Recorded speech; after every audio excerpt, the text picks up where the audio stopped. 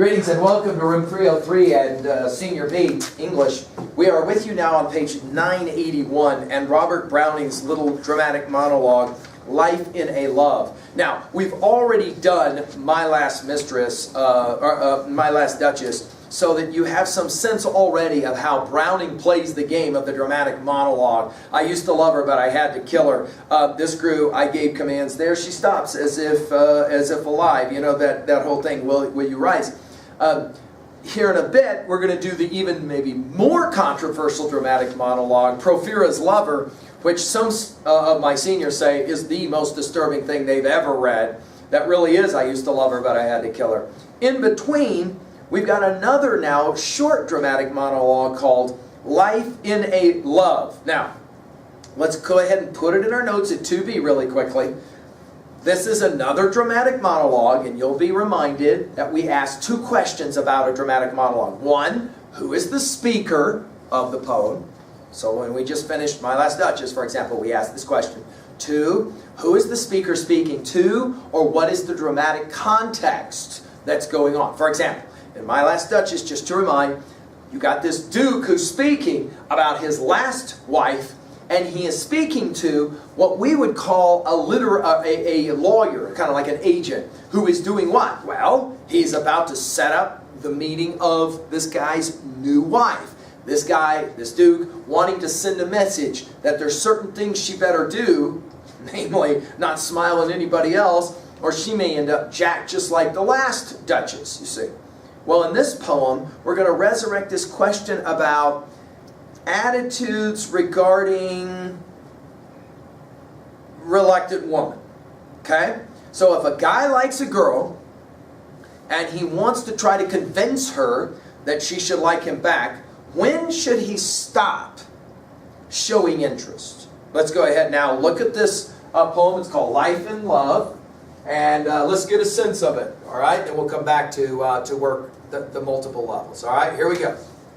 Life in a Love by Robert Browning. Escape me? Never, beloved.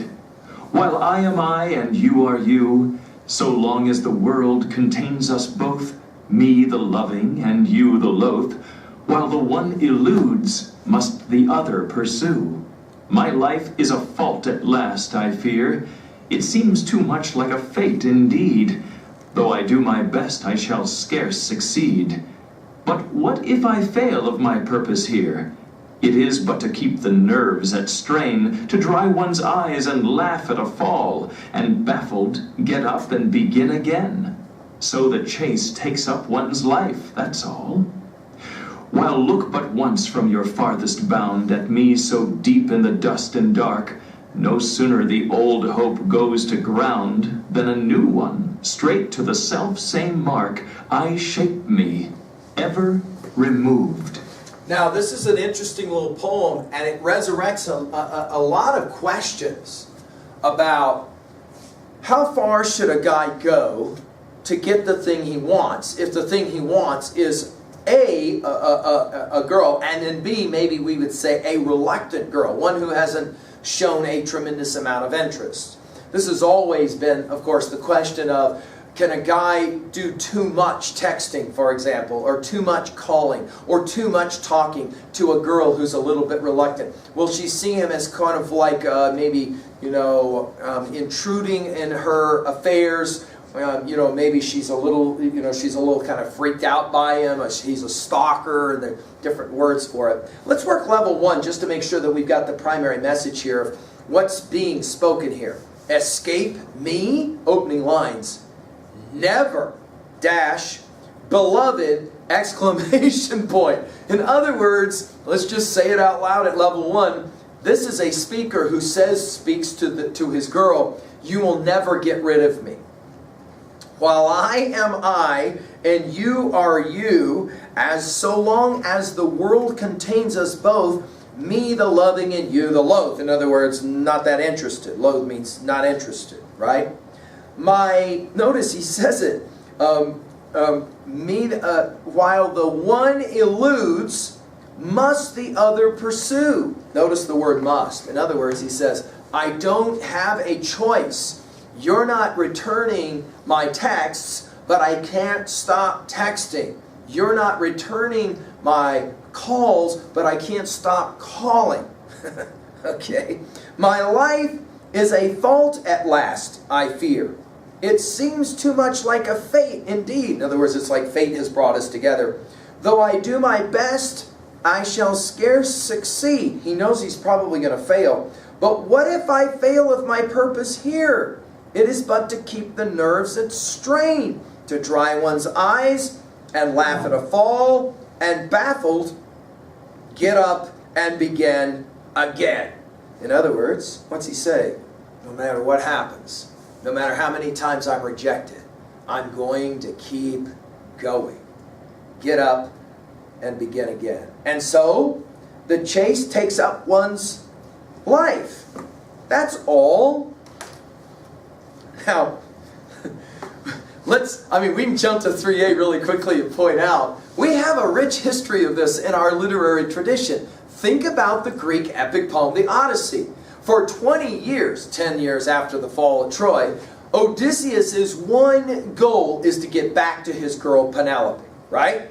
And he's extremely driven to do that. And of course, through the history of the texts, we complement this kind of, what would we call it? Just myopic, fierce focus, right? But this poem brings into question, when is it too much? Let's jump to 2a really quickly about messages, themes.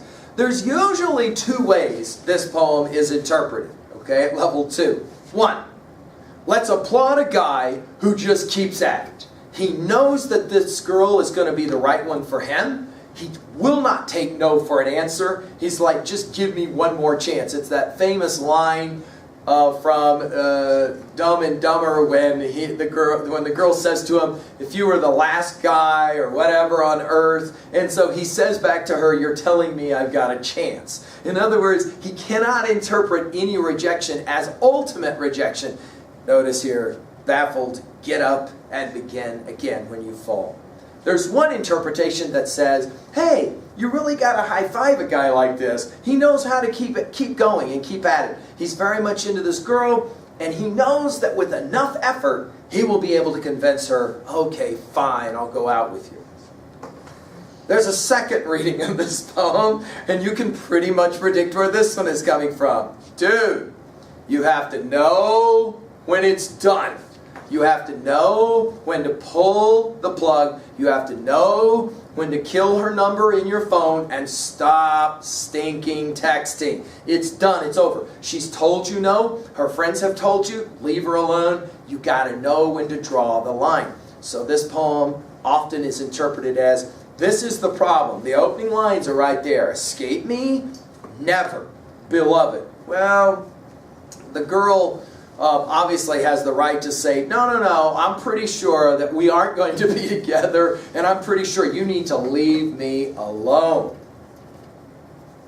There's a third reading of this poem, by the way, that somehow steps out of the notion that this is directly about the love of another person, and simply, often this poem can be read as the celebration of a driven focus on a goal. It doesn't have to be a person. It can just be something you love to do, or your dream, we might say.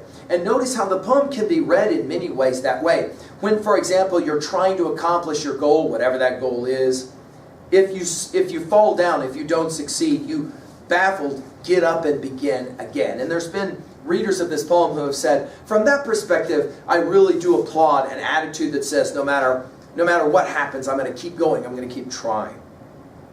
Of course, we could pause here at the rhetorical level at 2b and point out some interesting things about this dramatic monologue. Jot down, for example, how is this dramatic monologue quite a bit different from My Last Duchess, or, as we'll study in a bit, Porphyra's Lover? This is a different kind of dramatic monologue. Notice, it is spoken directly to the beloved.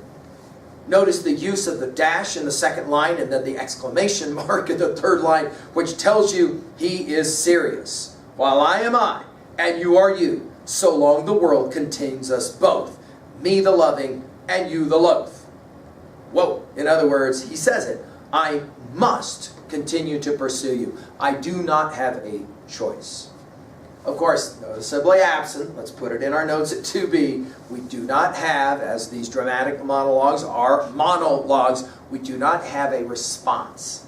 So that obviously will lead us at level 3 to ask, what do you imagine will be the response to this kind of thing?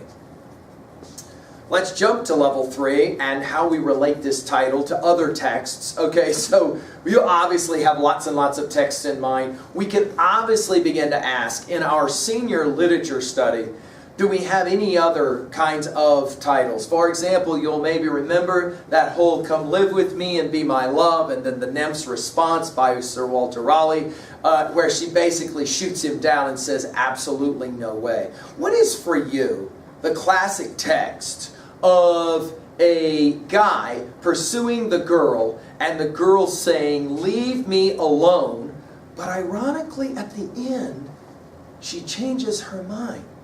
Do you have a title like this, which seems to suggest that the guy's got to keep trying even if the girl says no? What is for you the classic text in this regards? What's your favorite movie of this, or favorite TV show? Do you have a favorite song that says, no matter what, I'm going to continue to try to love this person because I cannot do otherwise. I must do this. Of course, we could also pause and ask this question. In all your playlist of songs, watch this is kind of interesting. In all your playlist of songs, when you get jacked and you're down, when things are not going well for you, what is the one song that you can listen to that will get you back up on your feet? To quote Dante's Inferno, Virgil will say it to Dante, up on your feet. This is no time to tire. The man who lies asleep will never wake in fame, and his desire drift by him like a dream. Wow, what is it for you? What is the text of all texts for you that says, let's go, let's go? Of course, we maybe could jot down right away Ulysses by Tennyson, to strive, to seek, to find, and not to yield. Remember, he says it, come my friends, 'tis not too late to seek a newer world. All right, 3b, we have to ask this question. It's obviously going to lead to all kinds of interesting fights, talks and conversation in 303. So, what are your thoughts on this one? Jot down a few notes here for yourself. Do you have a sense this guy is in the right? Or should this guy know when he is beaten, know when it's over? In your own life, have you had an experience like this that has something to do with love? Notice the title of the poem is Life in a Love. In other words, everything has kind of been reduced in this guy's life to the pursuit of love. Let's ask this question for you. Jot this one down. Do you make a distinction between love and obsession? Or rather, is love, true love, obsession? Cannot live without the other. Of course, the problem with this, so we know it right back to 3a, is Shakespeare's Romeo and Juliet. Remember, Romeo, the first time we hear about him, he's walking around the woods. He's lonely, sad. Oh, my life stinks. He's in his bedroom listening to Justin Bieber songs over and over again in the dark because, of course, he's sad. Things aren't working out. Why? Because this chick named Rosaline will not return his text. He's ready to kill himself. The suggestion is, why don't you go to the party and see Rosaline? It's going to be at the party later that night. Romeo will look past Rosaline's shoulder, see Juliet. Oh, she does teach the torches to turn bright. And bam, just like that, he's totally forgotten about Rosaline. And now he's ready to marry Juliet the next day. Which will lead, of course, Friar Lawrence to say, guys don't fall in love with their hearts. Guys fall in love with their eyes. Do you make a difference between love and obsession? Or are they in the end the same for you? And what are your thoughts about this guy in the end? I mean, do you feel sorry for him? Do you kind of pity him? Because he's kind of a painfully bad loser in love. He doesn't get the memo. He can't hear the message. Do you kind of feel sad for him? Or do you rather look at him and say, this is what it takes. You're going to land the girl. You cannot take no for an answer. Really? Because we've always had this debate, haven't we, in the conversations about guys and girls, that a guy's got to understand when a girl says no, that means No. And of course, in this poem, the opening lines can be read as kind of scary. Escape me? You will never escape me, he says to her. Which can be read as heroic, but can also be read as kind of freaky. Well, you decide how you want to read Life in a Love, Robert Browning's little dramatic monologue. We'll turn now to Porphyria's Lover. Thank you.